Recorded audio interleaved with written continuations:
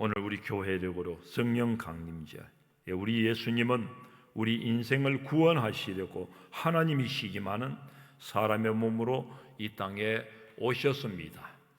그렇게 오셔서 죄로 죽을 수밖에 없는 오늘 저와 여러분들, 우리 인생들을 대신하사 십자가에서 어린 양 희생 제물로 돌아가셨습니다. 그러나 다시 살아나사 인생이 영원히 살 수 있는 그 길을 여셨단 말이죠. 바로 그것이 우리 주님께서 부활하신 놀라운 부활 사건인 것입니다. 이 부활의 소망으로 오늘도 저와 여러분들 이렇게 주일날 교회에 나와서 영생하신 하나님을 경배하게 된 것 얼마나 감사한지요. 이렇게 부활하신 예수님께서는 이 땅에 부활하시고 나서 며칠간 더 계셨다고 했지요. 40일간 더 이 세상에 계셨습니다. 이제는 부활해서 살아나신 몸이기 때문에 이 땅의 육신의 몸이 아닙니다. 이제는 변화된 몸, 부활체입니다. 부활체이기 때문에 시공간을 완전히 초월하는. 그래서 우리 예수님이 그냥 이 제자들 숨어 있는 그런 방으로도 그냥 들어오시고 그들과 함께 하시고, 그리고 그들에게 평안하뇨 평안을 말씀하시고, 그렇게 40일간 계시다가 이제 하늘로 승천하시게 됩니다. 승천하시면서 분부하신 말씀이 있지요. 사도행전 오늘 그 앞에 말씀 1장 4절 말씀에 보면 예루살렘을 떠나지 말고 들은 바 아버지께서 약속하신 것을 기다리라 말씀하셨어요. 그 약속하신 것이 무엇이냐? 바로 성령님이십니다. 그 성령을 기다려라 하는 것이지요. 그리고 그 유명한 말씀을 또 하셨습니다. 사도행전 1장 8절 말씀, 오직 성령이 너희에게 임하시면 너희가 권능을 받고 온 유대와 사마리아와 땅끝까지 이르러 내 증인이 되리라 하시니라. 이처럼 마지막 유언과 같은 말씀을 주님께서 주셨는데, 이 말씀을 붙들고 이제 120명의 성도들이 한 자리에 모여서 한 곳에 모였습니다. 일명 마가의 다락방이라고 하지요. 그곳에 모여서 함께 기도하며 나아갔을 때에 약속하신 성령, 하나님께서 약속하신 그 말씀대로 성령을 받게 되었는 바 오늘 말씀에 오순절 성령 강림 사건입니다. 우리가 늘 성령 하니까 또 뭐 물건처럼 받는 것 같은데, 또 은사라고 얘기하니까 뭐 선물이냐 그냥 물건처럼 생각하는데, 우리는 그냥 일명 성령이라고 하지 엄밀히 말하면 성령님이십니다. 보혜사 성령님, 오늘 거룩하신 영 하나님이십니다. 그 성령께서 임하셨다 하는 것입니다. 아닌 게 아니라 이 성령 강림의 역사가 있기 전에 여러분들 한번 생각해 봅니다. 예수님 제자들이 어떠했는지. 오늘 성령 강림 사건이 있기 전, 그러니까 성령 강림 이 오순절날 성령을 충만 받고서는 그 이후 제자들의 삶과, 그리고 그들이 성령 받기 전, 그러니까 예수님 승천하시기 전, 오늘 예수님을 따라다니던 3년의 그 공생의 기간 동안에 이 제자들이 어떠했는가, 마지막까지 어떠했는가 한번 생각해 보면 제자들은 너무 연약할 수밖에 없는 그런 존재들이었어요. 주님께서 잡히시고 십자가에 돌아가실 때는 모두가 다 숨고 도망했습니다. 유대 당국의 눈치를 보면서 모두가 다 방문을 걸어 잠그고 두려움에 떨고 나갔습니다.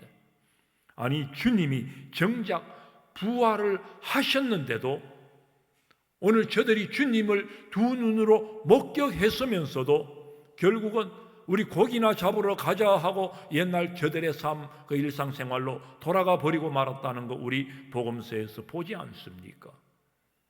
오죽했으면 주님께서 다 일상의 삶으로 돌아간 저들을 찾아오셔서 저들과 함께하여 주시고 저들을 보듬어 주셨다라고 하는 사실입니다.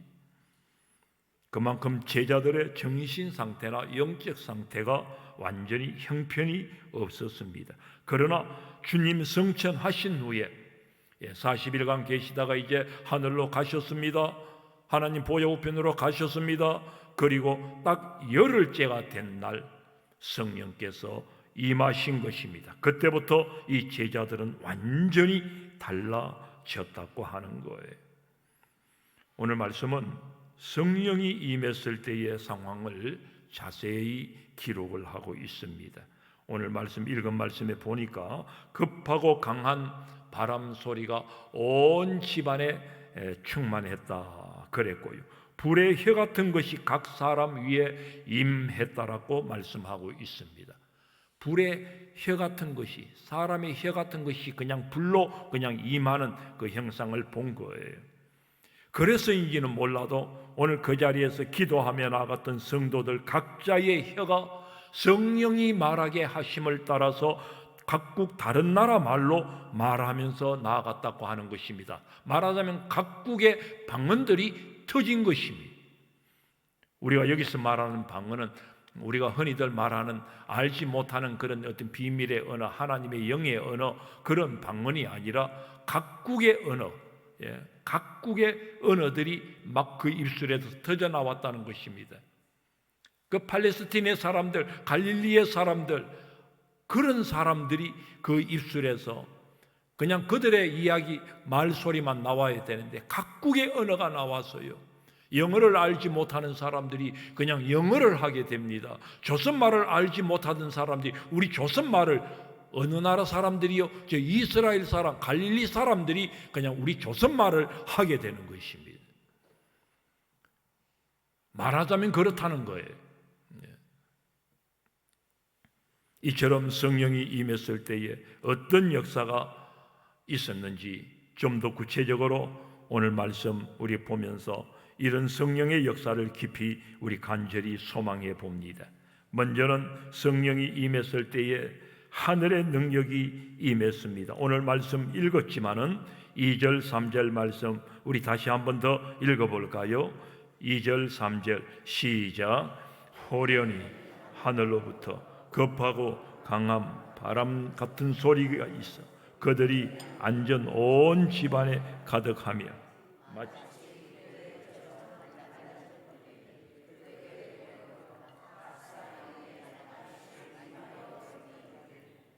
아멘. 성령이 어떻게 임하셨다고 합니까? 오늘 바람과 불로 임했음을 묘사하고 있습니다. 바람과 불로 임했음. 성령께서 바람처럼 임하시고 불로 임하셨다고 하는 거예요. 여러분, 바람은 보입니까? 안 보입니까? 보이지 않습니다. 그러나 그 바람에 의해서 얼렁거리는 그런 나무 잎사귀나 뭔지 일어나는 거 보고 바람이 부는가 보다 하지만 실제로 바람은 보이지 않습니다. 성령께서 임하실 때 그렇게 임하셨다라고 하는 것입니다. 이 바람이 보이지 않고 바람처럼 임했다고 말씀하고 있으면 만물을 움직이는 생명력이 그 속에 있다는 것을 말하는 것입니다. 사실 우리 이 땅에 살면서도 이 바람도 불어야 모든 생육하고 성장하는 것이 있게 되어집니다. 이처럼 오늘 성령은 오늘 움직이는 생명력이 그 속에 있다고 하는 거예요. 이처럼 성령은 모든 것을 살리시는 능력입니다. 오늘 살리시는 이 능력, 오늘 성령께서 오늘 저와 여러분들 가운데 임하시기를 바랍니다. 성령이 임하시면 다시 살아나는 역사가 있는 거예요. 치료되는 역사가 있고 회복되는 역사가 있는 거예요. 그리고 불은 태우는 것입니다. 이처럼 성령이 임하시면 우리 안에 더러운 거, 오염된 거, 죄악된 거, 염려, 두려움, 불안, 오늘 근심, 걱정, 불신앙을 완전히 태워 없애버리는 것입니다. 성령이 강하게 임하시면 이런 은혜가 있습니다. 식어진 우리 심령이며 삶에 이제는 사명으로 불타오르는 그런 삶이 있게 되어집니다. 그래서 성령 받은 사람은 변화가 있습니다. 어디가 변화되어도 변화되어집니다. 새벽 시간에도 말씀드리고 금요 시간에도 같이 말씀 나누고 했는데 계속 여러분들에게 말씀 나누고 우리가 도전받는 말씀은 평생 예수를 믿어도 도무지 변하지를 않아. 수천 번의 설교를 들었는데 변하지를 않아. 여러분들 조금이라도 변하는 역사가, 바뀌어지는 역사가 있기를 주의 이름으로 축원합니다. 사명의 존재로 세움받기를 소망합니다. 두 번째로, 성령이 임했을 때에 소통과 화해로 하나 되는 역사가 있었음을 말씀하고 있습니다. 4절 말씀을 우리 다 같이 다시 한번 읽겠습니다. 시작. 그들이 다 성령이 말하게 하심을 따라 다른 어른들로 말하기를 시작하니라.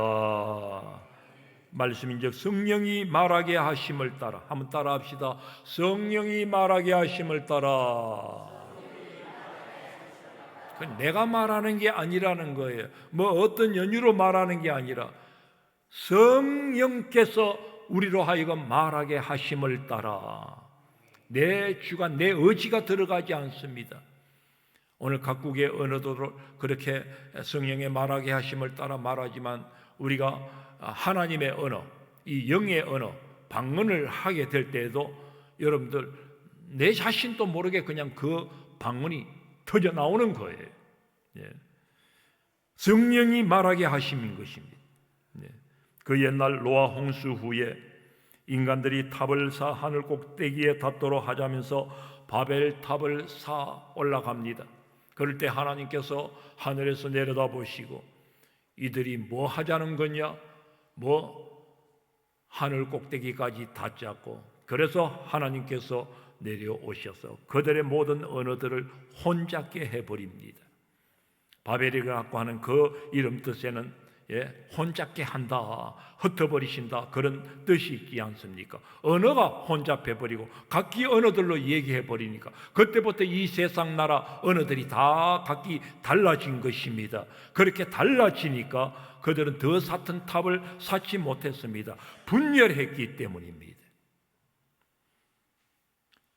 그러나 여러분들 오늘 오순절날 성령이 임하셨을 때는 하나 되는 역사가 있었다고 하는 거예요. 각기 다른 방언으로 방언을 하면서 언어들을 말하면서 나아갔지만은 그러나 성령께서 임하시는 그 자리에는 각기 언어들이라 할지라도 하나 되는 역사가 있었다고 하는 거예요. 온 백성들이 자기 나라 방언으로 하나님의 큰 일을 알아들으면서 똑같은 마음을 가지게 되고 똑같은 생각을 가지게 되어지고 같이 기뻐하고 같이 놀라며 하나 되는 역사가 있었다고 하는 것입니다.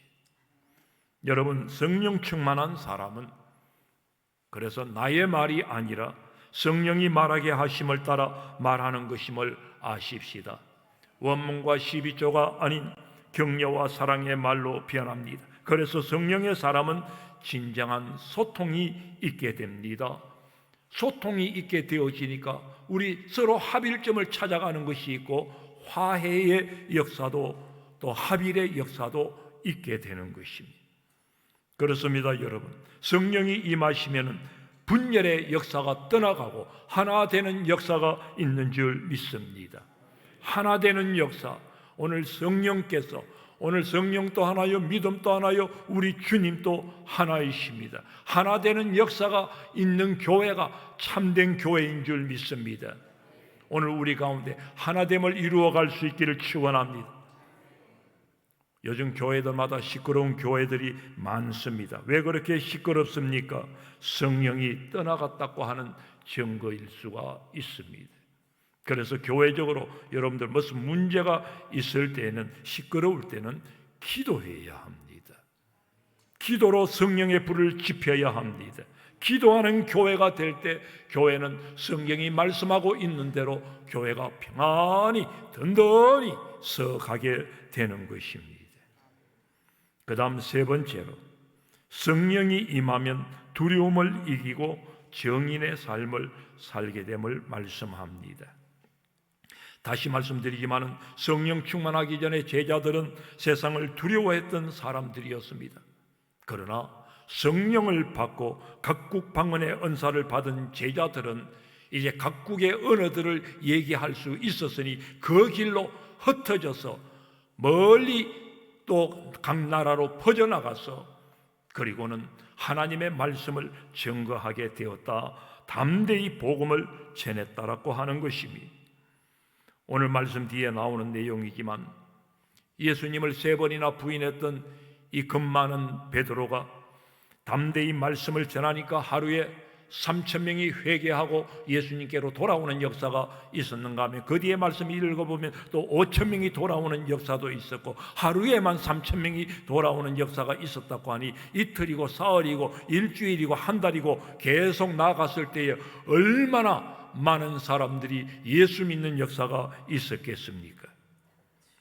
오늘 놀라운 역사가 일어난 것입니다. 여전히 위험과 박해가 심했던 그런 때였습니다. 상황은 전혀 달라진 게 없습니다.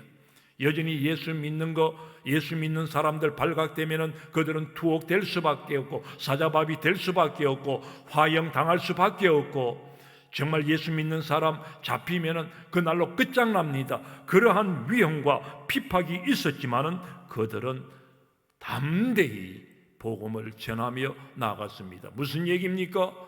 오늘 두렵지 않았다고 하는 거예요. 죽음이 무섭지 않았다고 하는 거예요. 오죽했으면 그런 말을 듣기까지 했겠습니까? 무슨 말요?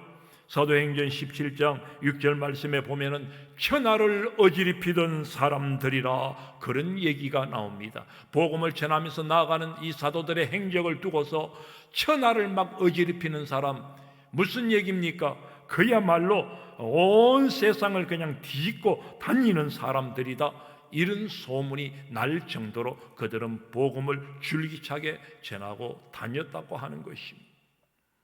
한마디로 겁나는 게 없었습니다. 그래서 결국에는 예수님 제자들 모두가 다 순교의 제물이 되었음을 우리는 잘 알고 있습니다.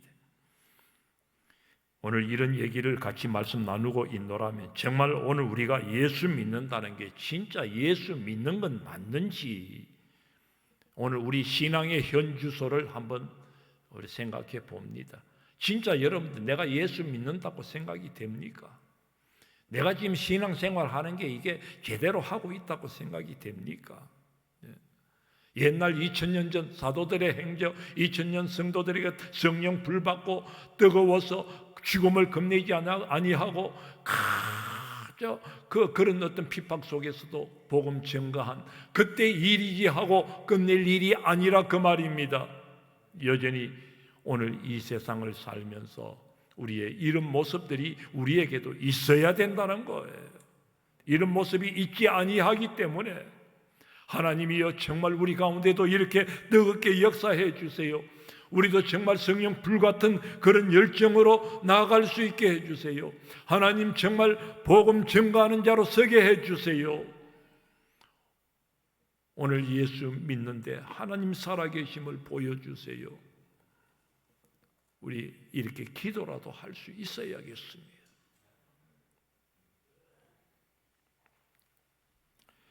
말씀을 맺습니다. 여러분, 오늘 우리에게 있어서 가장 필요한 것은 성령의 임재 속에 살아가는 것임을 아십시다. 가장 필요한 것이 여러분들에게 있어서 무엇입니까? 이 세상 살면서 가장 필요한 것이 무엇입니까? 여러분들에게 있어서 이 세상 삶의 최고의 것이 무엇입니까? 최고로 필요한 것이 있다면, 정말 내가 필요로 하는 것이 있다면 그것이 무엇이어야 하겠습니까?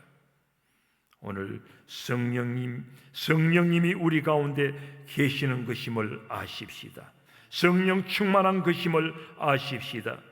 세상의 그 어떤 것이 아닙니다. 성령의 임재 속에서 살아가는 것, 이것이 오늘 저와 여러분들의 최고의 것, 우리가 가장 필요로 하는 것임을 아십시다.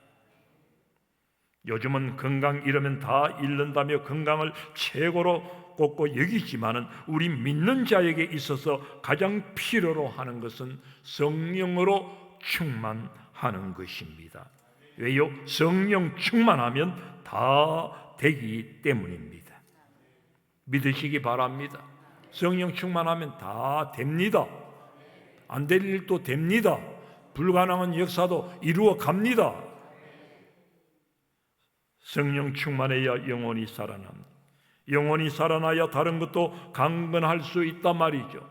요한 3서 1장 2절 말씀, 내 영혼이 강건해야 범사가 잘 된, 먼저 내 영혼이 잘 돼야 하는 거예요. 내가 성령의 사람이 먼저 돼야 하는 거예요.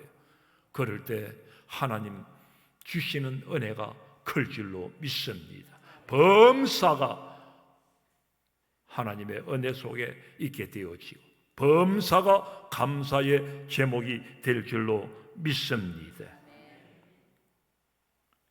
오늘 사도행전의 이 역사, 초대교회의 하나님의 놀라운 능력이 오늘 성령 강림절을 맞이하면서 우리 가운데도 이루어지기를 더 간절히 사모하며 여러분들 우리 더 기도하며 나아갈 수 있기를 주의 이름으로 축원드립니다.